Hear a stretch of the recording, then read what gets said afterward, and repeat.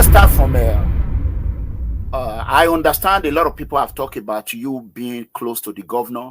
Is Governor Godwin Obaseki as a friend? We know he's your friend. Is he your godfather, sir? Political godfather? No. Okay. I've known Governor Obaseki for a long time. We've been friends and professional colleagues, in the sense that as an investment banker and I, a corporate lawyer, we did a lot of work on the same side, opposite sides, and then we became even closer as friends. He invited me onto Comrade Oshomole's economic team, because I think he and Comrade talked first before he then invited a few of us to try and craft an economic blueprint for Comrade Oshomole, and then ultimately to work on the economic team when he was chairman. So we're friends, we're good friends, and we're professional contemporaries. This thing that people keep talking about, godfatherism, it hasn't played out very well in Nigeria. It hasn't played out very well. So I don't know why people still keep thinking that anybody can be anybody's godfather. Once power is handed down, it's rare that the person that's seated and handed the power, who now doesn't have political power, can still continue to unnecessarily and unduly influence the person that has political power. It's rare, very rare. So I don't believe in it. But the answer to your question simply is this: no. He's my very, very good friend. We've known each other for a long time, but he's certainly not my godfather in that sense of the word, or in any other sense of the word. Okay. All right. Thank you, sir. The next one is, it's gonna be very nice today. As you are part of, you was once a part of Oshomole administration, Comrade Oshomole, and you did a good job according to what I read about you. And now, currently, His Excellency Governor Godwin Obaseki, the current governor of Edo State. What can you tell us? I want you to tell us 5 things that you know His Excellency have done well, and tell us where he has not done well that you want to change. Because both of you are from PDP, and he's your very good friend. You are part of the administration. Go ahead, sir.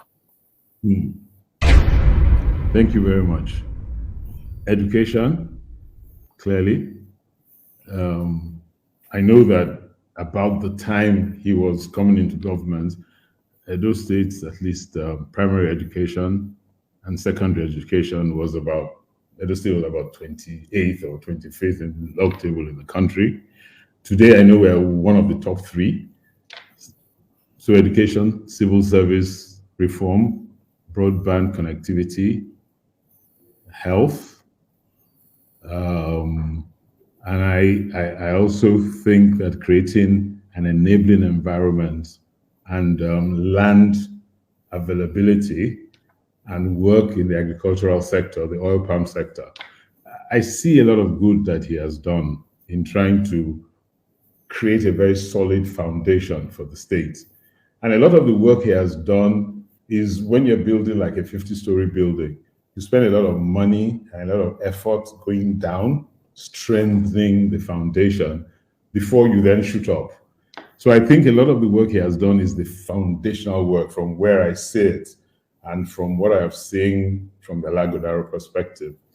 Those are more than 5 things that I've mentioned that he's done very well. He's also, at present, one other landmark project that I think he will be remembered for is the work he's doing on the Benin port.